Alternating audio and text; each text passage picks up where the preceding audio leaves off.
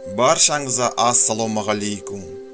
Бүгін біз сізге рингке 223 рет шығып, оның 199 нокаутпен аяқтаған, бокстан шыққан спорт шебері Шоқыр Бөлтекұлы туралы көрсетеміз.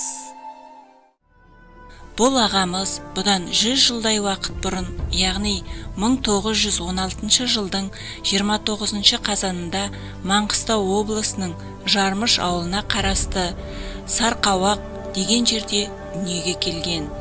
Оның есімі тұмсығы тасқа тимей қатпайтын бекіре тұқымдас Шоқыр атты балықпен орайлас қойылған екен. Қазақстанда алғаш рет 1937 жылы Алматы қаласында бұл ағамыз бокстан ел біріншілігін ұйымдастырып, қазақ боксының тарихын бастап береді. Бокс спортының тарихында бұл қоғам кейін кең өріс алып, Динамо, Спартак тағы басқа аталып, үлкен кеңістіктерге шығады. Қылышынан қан тамып тұрған 40 жылдары өз тегін ұлы деп жаздырған тұңғыш қазақ дауысы Шоқыр Бөлтекұлы.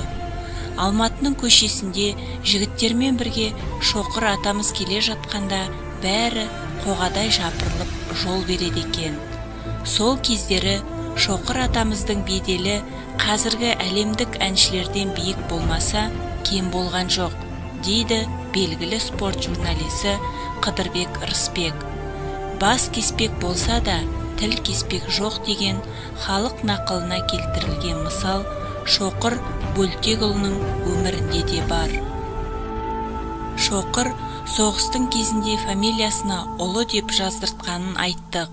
Тегінің ұлы деп жаздыртқаны үшін талай жеңілдіктерден айырылып, сан мәрте соққы жеген. Батыр Бәукең Бауыржан Момышұлының өзі екі-ақ нағыз қазақ бармыз, бірі мен, бірі Шоқыр дейді екен. Сөйтсек, тегін фамилиясын Ев деп өзгертпегенін меңзеген екен ау.